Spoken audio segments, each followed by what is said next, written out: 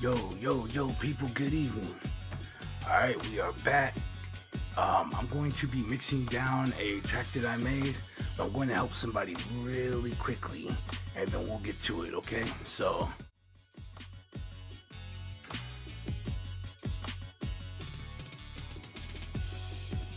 here we are, and I have June here right now, okay? And she is working on a track, and she wants to pan a particular sound, and I'm going to show her how to do that using the automation clip, so she'll have full control of the panning. So I don't know if you're listening, if you got me pulled up here, but here we go. So let's say, okay, yeah, I can hear you. All right, so I'm playing this. Okay, let's say I have this sound. Okay, and that's coming from here. Okay, so what I'm gonna do is I want to take the panning. We'll right click, we're gonna select create an automation clip. Boom. Now we have this automation clip here, right? Here, let me make it bigger. So from here, let's say I want this just to kind of shift from left to right. So what I'll do is I'll right click, that makes a point. I can make another right click and you can move these around, right?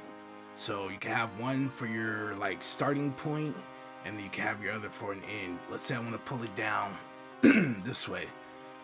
So you could see as you, so as I drag this, I can change it going from left to right, okay? Now you got different ways you could do this. So let's say after like 2 measures of this, I want it to switch, okay?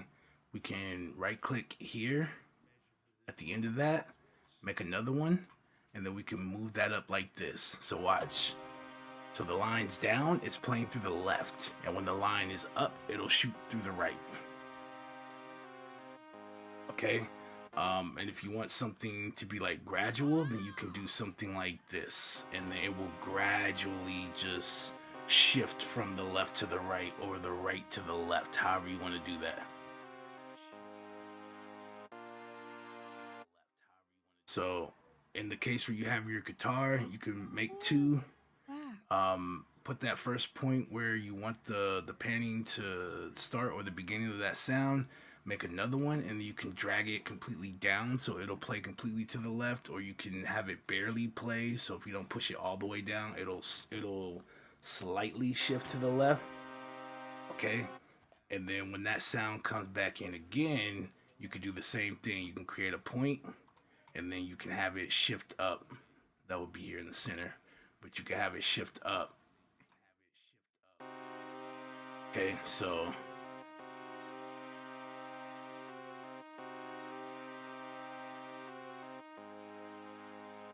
and now it's completely right. So you can do it like that, and it's up to you how you want it to flow. You can have it come in as often, because you there's no limit on the amount of points you can create. So if you want to do something wild like this, you can.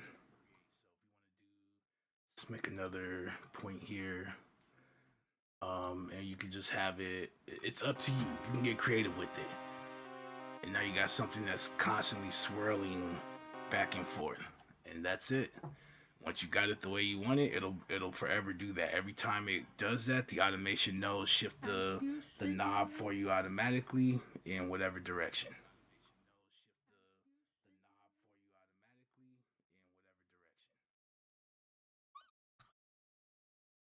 Happy day. Thank you, Stigma. You're welcome. Have fun. Please go give Stigma the Majestica follow. I will. Thank you, honey. All right, guys, let's check out this. And again, please stop by, show June some love, okay? In addition to her learning FL Studio, she does play games. And look, she might tell you one thing, I'm gonna tell you another. She's good at them. Okay. All right. Oh, I got stuck. There we go. All right. I need to actually. Can we? Here we go. Let's delete that. Is it still here? Oh yeah, the panning. Okay, delete it from here. All right, cool. All right, let's check out this track that I created. We got a couple of synths here.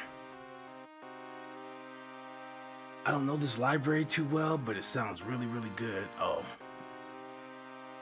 here we go. And so I have this like lower sounding synth, and I have this higher one that's playing. Okay.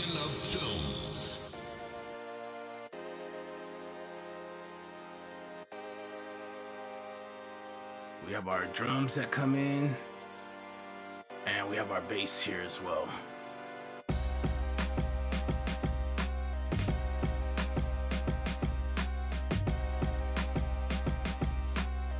This is running on a C minor blues scale. I don't know, I'm kind of addicted to it. I try not to use it too much, but it keeps calling me.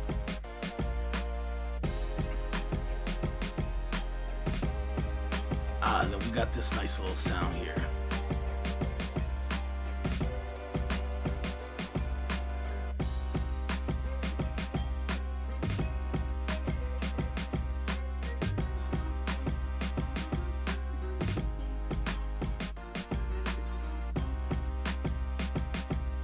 Those are cool sounds. Like, I think we can make this fit. We just need to find like a melody for it, you know?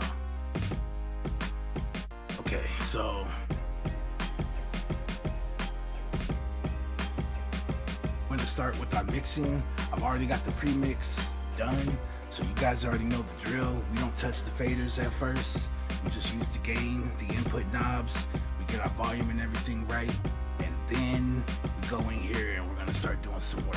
Okay, so let's start with our kick. We're gonna first kind of clean up all of our sounds, and we'll achieve this through EQ. Okay, so we're gonna use the Fruity Parametric EQ. And let's pull this up. So we can see for our kick here, we can even solo this. We can see all of the frequencies. The brighter the lines are, the more energy is there. Okay, so this kind of helps us, or makes like a shortcut. It makes it easier for us to see where certain sounds are like most active. It helps us to kind of quickly trigger or locate those sweet spots. Okay, so if there's not really much going there, you can tell once we start to try and boost it, it doesn't sound as great. Okay, so let's use that to our advantage. Now we know we have some other low end here. So we have our kick, but we also have our bass, and we want to have these two be able to play nicely together. Okay, now when it comes to our bass, we usually don't want to hear it, we want to feel it. Okay, so that means we need to give it the lower frequency range so that we can actually feel this. And our kick, unfortunately, is kind of taking up that space as well. So to create space, what we're going to do is we're going to run a high pass. So we're going to change our first band to a high pass filter, and we're going to start at about 60 hertz. Okay, from there you can see it starts to roll off, and that allows you can hear our kick where the thump of the kick, the bottom of it is. You lose that, and all of a sudden the bass just sounds a little cleaner and seems to pop through. Okay.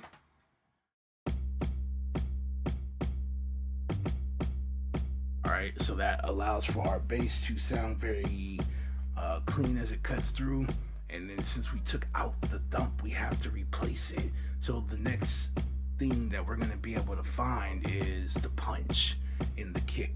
Okay, so by frequency sweeping, which we're just gonna turn this up a little bit and then just sweep across till we hear something that we like. Okay, so as we're doing this right here, we're getting to a place now where it sounds like the kick wants to punch the speaker, but it's not as much energy as the thump would be. If it tried to punch through, you might blow out your speakers, right? But here you still get all that energy, you just don't get the extra low end. And that's what we're gonna replace it with. Okay, so we're gonna boost this up a little bit.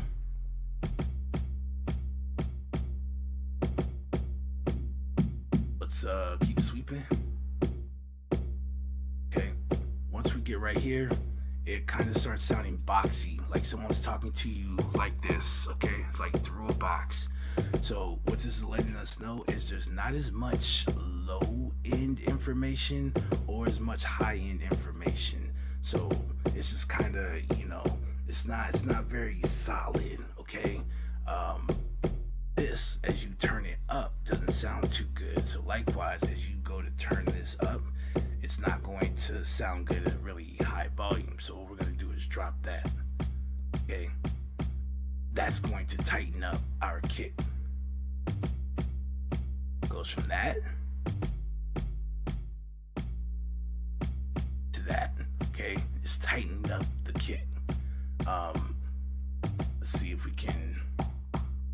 So I like the kick. I like how it sounds, but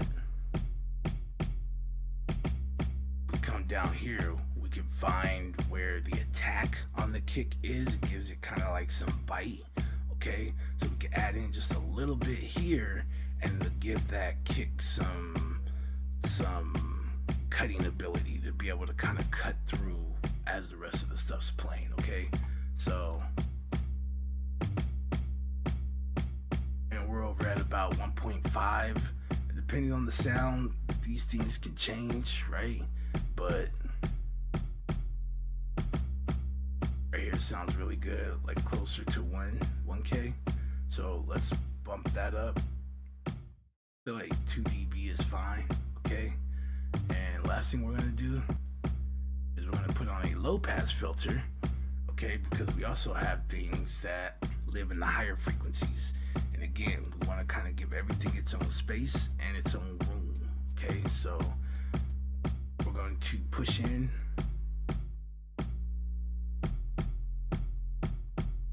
So as we get here, it starts to kind of become more dull.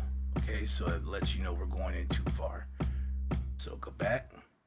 So we want to be able to hear the kick, but we're just taking that air, the harshness out of it. Okay, and that allows things that live in those upper frequencies, those higher frequencies, to come through unbothered. Okay, so what we're going to do with each one of our sounds is we're going to push in from the outside as much as we can without altering the sound too much, and then we're going to find where these spaces where they sound good for each sound, and then we're going to make a decision on whether we're going to boost them or cut them depending on other sounds and things that we have in the mix, so that we can have a clean and balanced track at the end of it. Okay, so with this also, anytime we make changes, we want to bypass so we can turn it off, and we want to check our volume, okay, and see where we're at. So we're about between -9, -6. And when we turn this on, we're more about the -9, so we lost a little bit of volume. We're gonna take our makeup gain within the EQ here, and we're just gonna turn it up a little bit till we're back where we had it. Okay.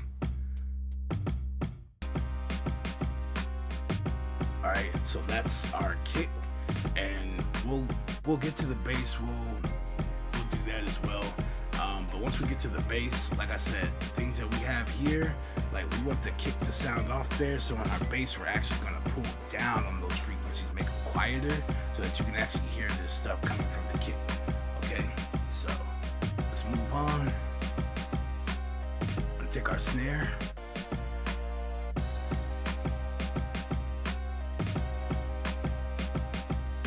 Alright, and it's the same thing. So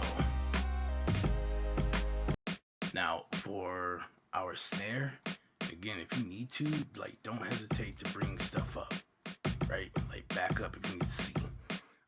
So you can see where our kick is over in like the 110 to like 120 range. Okay, so we have our snare here. We can see that our snare, at least that first sweet spot where it's like the base of the snare, is over here about 180, which doesn't mess with, right, where we boosted our kick. So we can decide on whether we want to actually boost this, get more low end out of the snare, or we can cut it, which will take out those lower frequencies in the snare. I actually want more, so we're gonna boost it a little bit. Okay. All right, same thing here. There's an area where you get to where it just doesn't sound all that great. I'm gonna cut it down. This will tighten up the snare. Okay. Anytime we start quieting the bad like frequencies or unwanted frequencies, you start noticing the sound gets a little tighter. Okay. It almost creates like a vacuum and it just pulls it in. Okay. And then we can go here.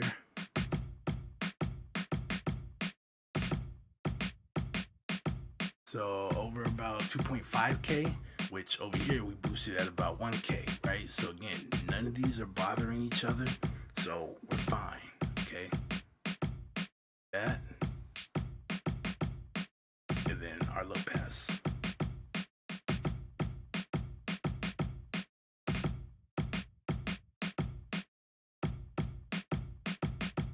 Start going too far, you start to kill the snare, so pull it back.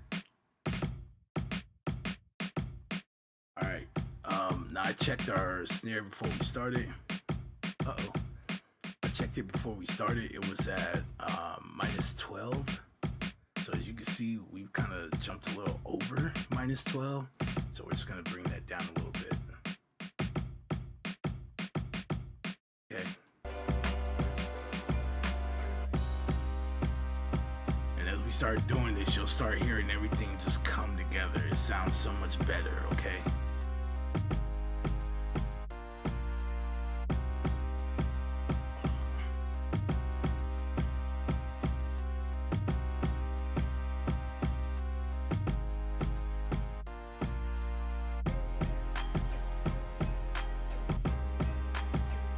What was I looking for?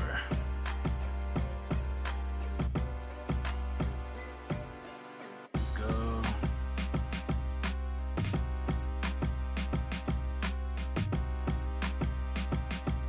Okay, that's from that. Actually, could we?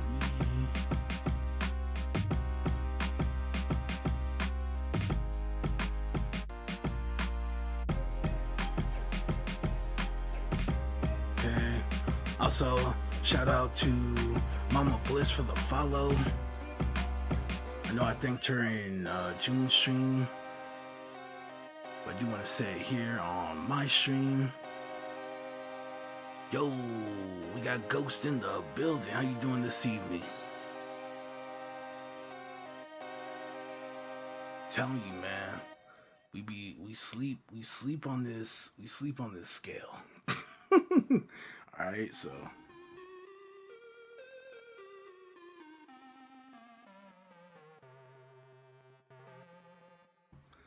what I like about it is because here you have your C minor, but it also plays if you go down a half step, right?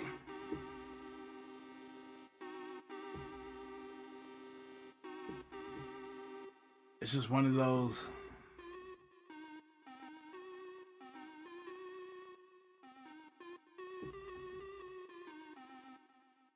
It's just dope. Like, why wouldn't you? Why wouldn't you? All right, so see, this is our snare, right? Okay, cool. Now, what we have here, we have a couple of claps. So let's solo this really quick, and let's play both of them.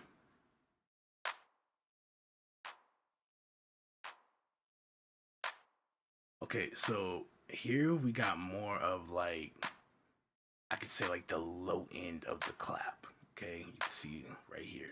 So we can see where it starts, and then we can see it's got more low end activity here. You see how it's a little brighter than anywhere else. So right here, boom.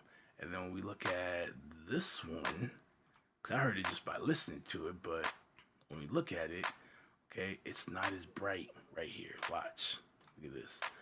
More red, less red, okay? But we do get more like attack, more snap out of the clap, okay? So in our minds, we already picked this out and we were thinking a few steps ahead. All we're gonna do is this. So here, we know this is jumping here. We can boost this up, and then over here where we boosted this up, we push down because these are going to be playing together. What we don't want is conflict. Okay, we're trying to minimize conflict. And then when we go over here, wherever we end up pulling this up at, we're going to do the same here so there's no conflict. And then these two sounds can play together and it'll blend and it'll sound more together, more cohesive as they're going, okay? So that's the plan. Let's go out here and make it work. Okay, so all right, first thing we're gonna do is, you know the drill, high pass. So let's push in here.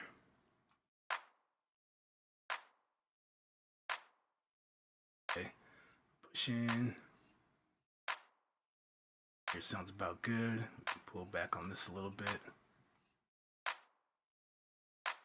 All right, and then here we know there's a lot of energy here, and as we boost this, it sounds pretty good. Okay, that's our sweet spot. So we're gonna just push it up a little bit, and then let's see what else we can find.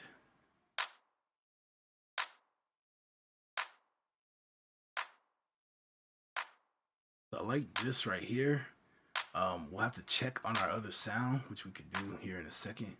So let's move it over. Let's bring this up, and we can make this a little bigger. So let's do the same thing here. High pass. I'm gonna mute this one. Let's listen to just this clap. Okay. So we already know we're over here at about 1.3. Okay. So is this about 1.5? 1.3 is about here. Okay. And again, it looks like they're kind of in the same area. You could probably move down this way, but that's okay because we got all of this. You can see it. So what we're gonna do is take this and we're gonna drop it down. Okay, so now, okay, these frequencies got quieter, these frequencies are louder, so we're definitely gonna hear that. Okay, now let's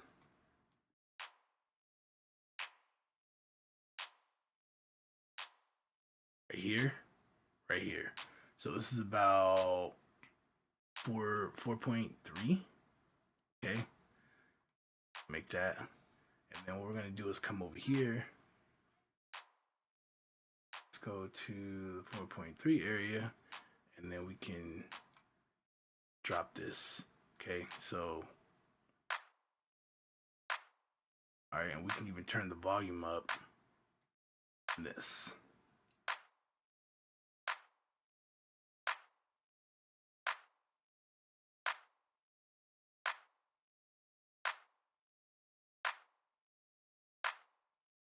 Push it up to about 9. Okay.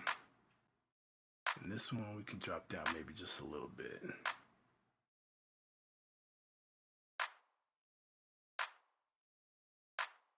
So we can both stay at 9. That sounds good. All right, so last what we'll do is this one. Oh, because it's on 4. All right, we're gonna do our low pass, and we probably won't be able to do much, but we're still gonna do it.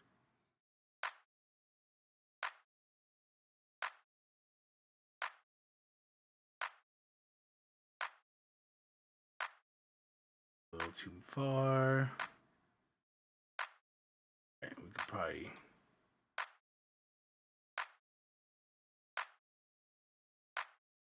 That works for me. Let's see where we are. So we're just under -9. So let's turn the volume back up. Okay, good. And then let's go to 4. And let's do the same thing here.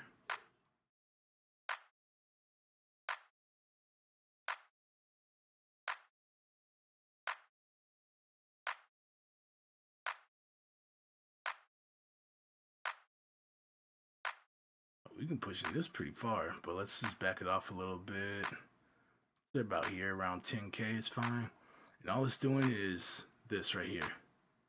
So all that like extra air, the brightness and all that, all we're doing is taking that out, but we don't lose the clarity of the sound, okay? That's all we're doing. Now, if we want to create more depth and dimension and all that was in this clap, we know what we turn to, right? We turn to our tools. We use things like reverb. We use things like delay, and we create the space, okay? So now that we have those two, or wait, check volume. 4. Sorry, I don't have this one playing. All right, so let's take a look at this. And we lost a little bit, so up. And now these two playing together. Okay, and then later if we want to do some panning or something, we can kind of space it out a little bit to give it a little more width and keep it off the center from the snare, because we know we got the snare playing as well. Okay.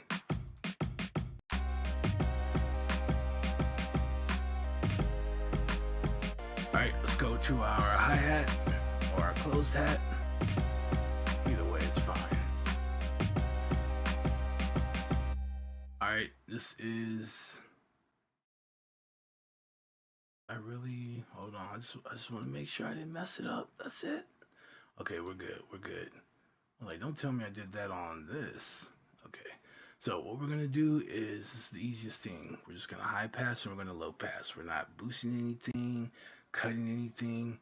Now you may, like when you get to the cymbals, you may want to cut, because they get really loud really quick. To kind of tame it, you may want to cut somewhere. But typically, we just high pass, low pass, and turn the volume down. All right, so let's take a look here. So again, we can hear this sound as it's playing. I do not, so you guys are probably not even hearing this very well, and I apologize. Let's go here, and I'm going to boost it. All right, you guys should be able to hear that a little better. So what we're gonna do is, as this is playing, there's kind of like bass in here. Yeah, like we're losing the bass in it now. That's all we want to do, is we just want to get some of the bass out of it. So once we get to about 650, 700, we start noticing the low end of this leaving. That's it. We don't want to do nothing else. And then we're gonna come over here. And then again, we're trying to push in enough to where we kind of lose that harshness, that brightness, but we're not losing the characteristic of this sound. Okay, we still want that. All right, so go too far, you start to lose that, right? That lets you know it's too far. Okay, here about 14K, you can still hear it, but you're not hearing this. You hear that harshness that's in it? Now it's almost like hissing at you, okay? Opposed to this. So you could do, and that sounds good. When they go to the club and they put them on the big PA speakers, okay, this will sound nice when they turn it up, instead of you having to hear that, okay? And anybody close to the speakers, them short waves are gonna be blasting the eardrums, all right? They'll be like, turn that down, turn it down, okay? And you'll be like, what was wrong? What's wrong? And it sound good in the other speakers, man. I thought I was trying to. Hey, look, I told you. Oh, it's bypass. So we're at about -21. let's just put it back. Okay, so now we have a sound that sounds like this instead of this. Sounds a lot more pleasing to the ear, right?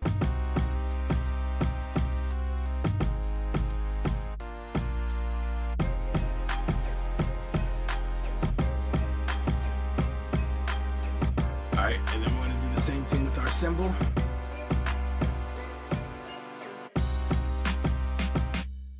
Like I said, because the cymbals are already, there's already like so much energy, you don't really need to boost your closed hat, your open hat, your cymbal. You might maybe like the ride cymbal or something, because it's not, you know, as bright. But even then, it's like that. The hats just, there's a lot of energy in there anyway, the way they're striking them. So it's like, if anything, I would cut. Like if something's just too harsh or just cutting through like too, I would cut. But boosting it, I mean, I guess it would depend on what you're trying to do. But this is hip hop we talking about, all right? We don't want cymbals just all over the place, all right? We want them there, but we want them tamed and we want them quiet, all right? We still want them audible, but we want them quiet. So let's go ahead. Again, we can get rid of that bass in there. Too much. About here. Because without it, you can hear that low end. It's like the rumble coming from here, the mids, right? Once we cut that out, nice. And then low pass.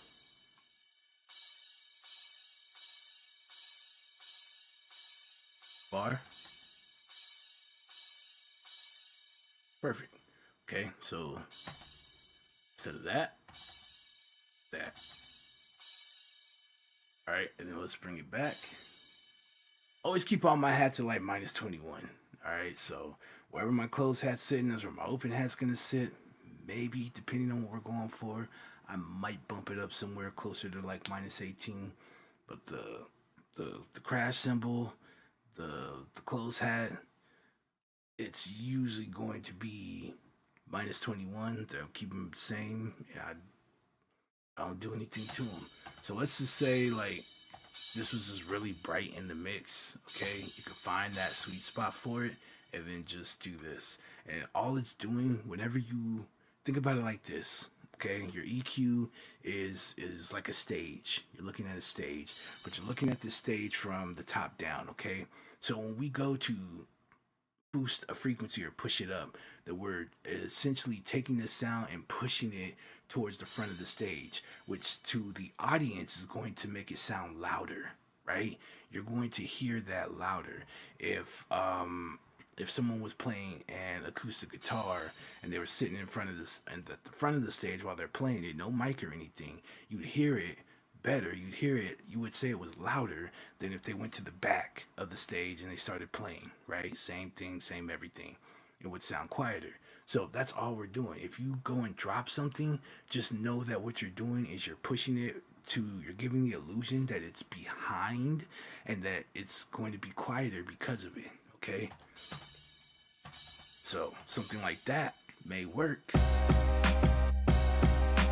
Okay, if you need it like that, remember, we gotta put the volume back, so, but whenever it plays, those frequencies are gonna sound like they're behind whatever's playing, okay? Whereas if you don't do that, or if you push it up, now it sounds more like it's in the front and it's jumping at you, okay? So if you take that mindset when using an EQ, you could almost never mess it up, right? So say you got this brass, okay? We know brass can get loud very quickly and it could blow your eardrums. But if I go to solo and listen to my brass and I'm scanning the frequencies and I go, oh, over here at like 3K, this sounds so good. I'm going to turn this up. What is it saying? I want to move the brass to the front of the stage. Where have you ever seen, unless it was just like brass, okay, a section of brass just sitting in the front of the stage? They're usually what? they're in the back because there's so much energy and they're so loud. We don't need to put them in the front to be heard. They could be heard in the back. So once you find that sweet spot, just drop it and give the illusion that it's playing in the back. And then you let your piano or something boost that. Okay, you always see the piano sit in the front of the stage, and it's usually off to the side, and it's usually sitting in the middle of the stage. Okay, just stuff like that. You can make the comparisons. You're like, that makes sense. And whenever you go to do brass, like you'll just go, brass belongs in the background. So once I find these sweet spots, I'm actually going to bring them to the background instead of going, this sounds good, I need to boost this, and this sounds good, I need to boost this, and going, how come this doesn't blend? There we go. All right. So let's get this back to where we had it.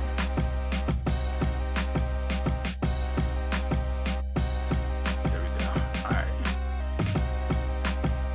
Okay, and then let's take all of these. Stop at 6. Okay. And now I'm gonna go over here. Oh, okay. This wasn't part of the new stuff. Okay, we're good. We're good. And I'm going to right click on this arrow here, and we're going to choose to route to this track only. What it's going to do is take all of these tracks and it's going to route it here. So instead of having that arrow going here to the master track, all of these are now routed to this track, and I can control everything.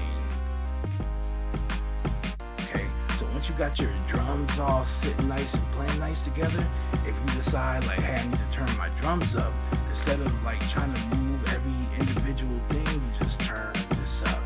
You don't have to worry about it, right? So let's rename this. This is going to be our drum bus. And so now that we have, sorry, I didn't mean to turn these up. So now that we have everything routed, we've created a bus track, an auxiliary track, okay, a subgroup, however you want to call it.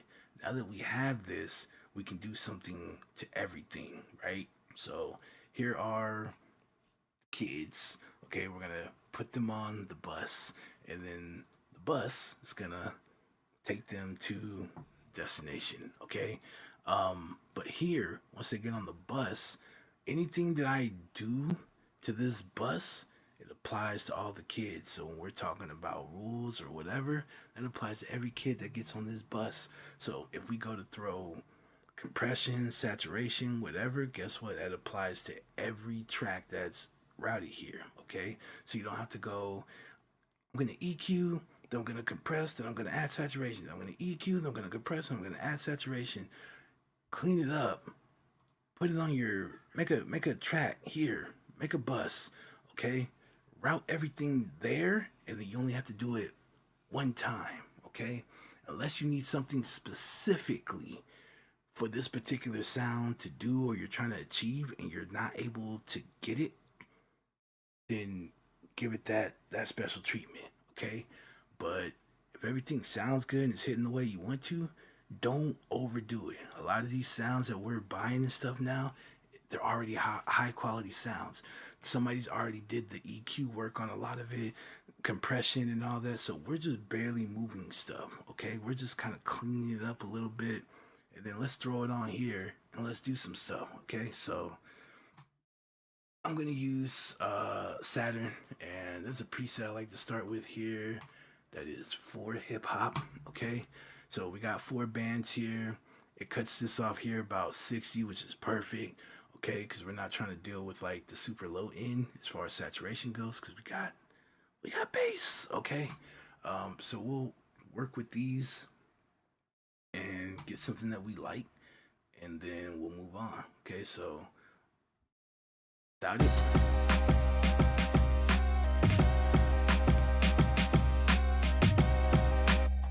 All right, and all saturation is doing is it's exciting the frequencies. Okay, it's giving more energy. Okay, so in the low end, you're going to get what they call warmth, and on the higher end of things, you're going to get what they call upper harmonics. But it's all the same thing. It's just exciting the frequencies. It's just making it more energetic. Okay. by pushing this particular source, because you can have a tape source, you can have a tube source, you can actually go in here and change this. Okay, so it's many different uh, saturating or many different sources that you can use to get a particular sound from it. Okay, so let's take a look here. All right, so we can also solo bands here. Okay, and one reason why we want to use this is we want to make sure that within each band we're capturing what we want or what we don't want. Okay, so we can figure out what to do with them afterwards. Here you can kind of see what's going on anyway. So you can see the snare and the kick here. We can. Okay, so now it's gonna capture all of this, and if I decide to turn the volume, all these frequencies go up, right? So we're not trying to do that. We want to kind of hone in on the stuff that we want. So let's go about here. And then I like to do this one, okay? And what I'm looking to do is, like, since this is, that fourth band is for the high frequencies, I try and get as much of that without having to pick up the other things that are in it, okay? So we don't want to have our snare and our clap and stuff like that. So let's go more until we start to lose that. Say about here is okay. Okay, can move this a little bit more too. All right, and then we have this area, which chances are you may not like too much, so we might want to tone that down. Okay, so let's go ahead.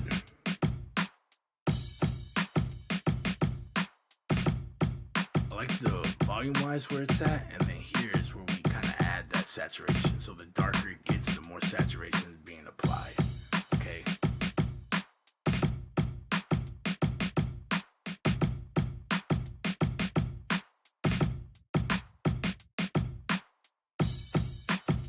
Here, if we do too much on the high end, it starts sounding really nasty. So when you're dealing with high frequencies, again, a little goes a long way.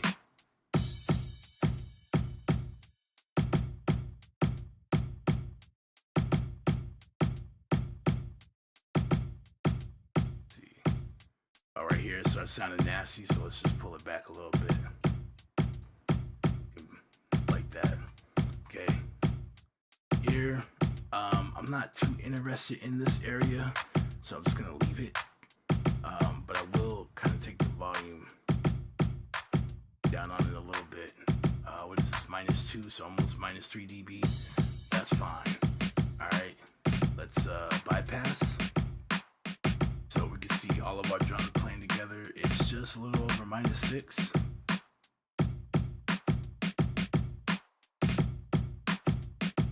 Okay, so we're in the same ballpark basically. So that's good. Otherwise, if it was too loud or it got lower, then we can come here to our output, okay, and we can bring the volume back to where we had it. So now we can listen to it without it, and then with it. You see how it gives it just enough to where the drums just kind of cut through, okay, and it kind of stands out more. That's all we're looking for. And then next, I'm gonna add a compressor. So usually on my drum bus, this is pretty much what I got. All right, saturation and compression. Okay, so we'll set the ratio to like a 10:1. It's pretty high, but it's gonna do what we need it to do. Okay, so all we're trying to do is kind of glue the drums together a bit more, get it more consistent. Okay, let's bring these down.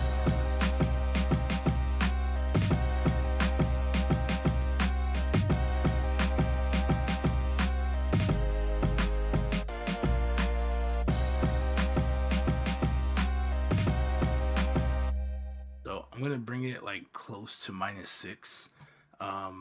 once you start going past that, you kind of start to really squash the sound. It could be something that you're looking for. Okay, not saying that you shouldn't do it, but you will definitely notice a change in your sound, and it starts to kind of lose the dynamics. Okay, um, and again, that may be what you're looking for. We still want to keep that, some of the dynamics. Okay, so and then while we're at it, so I have this attack time on like the fastest it'll go.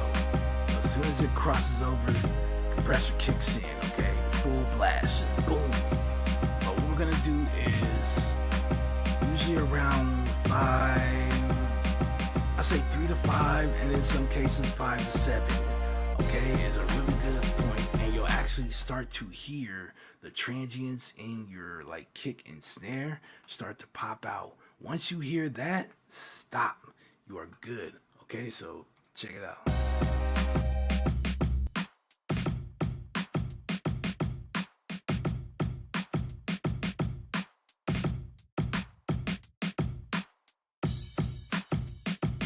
So now you can hear the kick. It almost sounds like it was cleaner, whereas before it was muffled. Okay, that's how you know. Okay.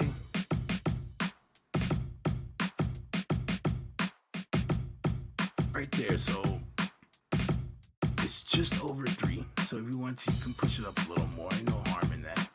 Okay, and it's sitting at 5 now. Great. So with the release, you don't want it to go down too quickly, but you don't want it to take too long either, because it'll start compressing things you may not want it to compress. Let's say you got a piano playing or something, and you have the release time on too long. By the time the compressor gets to actually turn off and stop compressing, something else may come in. It's actually going to compress that, and the way you have it set up, you may not want it to compress right at that moment. Okay, so for drums, 100 milliseconds is like a good starting point. You could probably push in, especially with this not having too much going on and not too much pushing over the threshold. You could maybe even go down to 80 or 70, right? But 100 is good.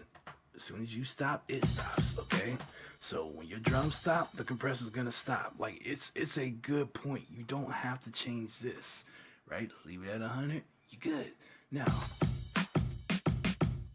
let's take a look here. Okay. I guess we could kind of push in a little more. You want to get closer to 6. Here we go. All right, so we did lose a little because we were about here, right? So let's take our makeup gain, and we're gonna just bring that volume back.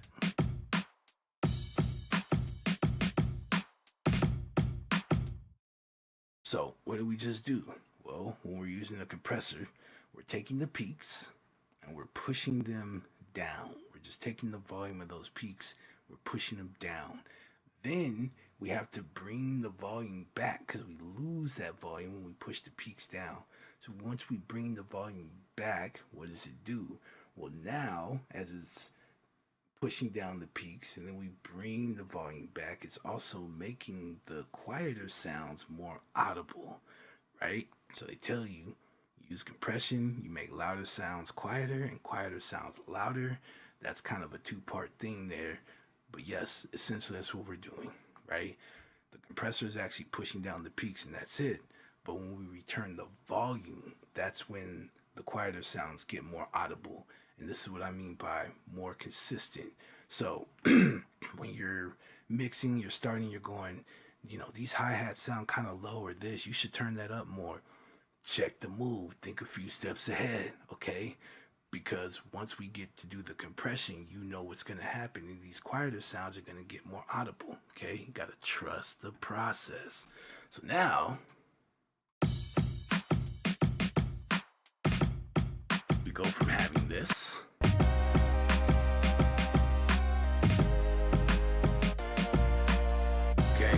now the hi-hats pop out a little more, your crash cymbal pops out a little more, okay? You just gotta trust it. Now the drums, push them to the side. We done. We're out here. Alright, now when we get here, I'm not gonna do too much. And why is that? Because I use contact libraries, okay? So for the most part, any kind of effects and things like that that I need are within here. The reverb, all of that. So what I just usually do is clean it up, maybe add a little bit of compression, but not too much, and then we move on. Now, if you don't have anything like that, well, you might need to add all your delay and whatever you're trying to get out of that sound. But again, I can do all that through here. There's a whole entire back end. There's everything, okay? So I can do all my stuff here. And then I just worry about mixing in my mixer, okay? So, let's go here. Sorry, it's the wrong one. Alright, and so let's actually remove this. Alright. Let's take this, and I'm making this big enough so you guys can kind of see what I'm doing here. Alright, so we know kick, bass, snare pretty much has the low end sewn up. We don't need a sound like this in low end, okay? We're not using it for that. So let's cut into it. A good place to start when you're trying to cut out the lows in a sound, could be a piano, could be brass, whatever. Take it somewhere between, like, I'll say 120 to 200. I wouldn't go past 200 unless absolutely necessary.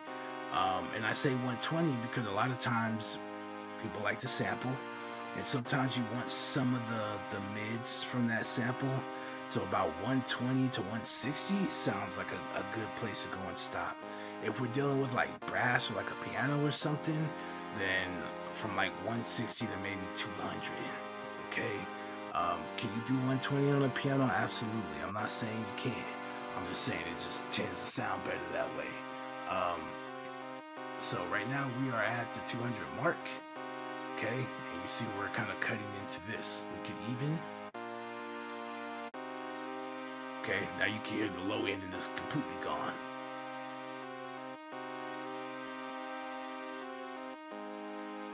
Okay, so great. Same thing on this side. Oh, did the wrong thing there. Same thing on this side. We're gonna do a low pass.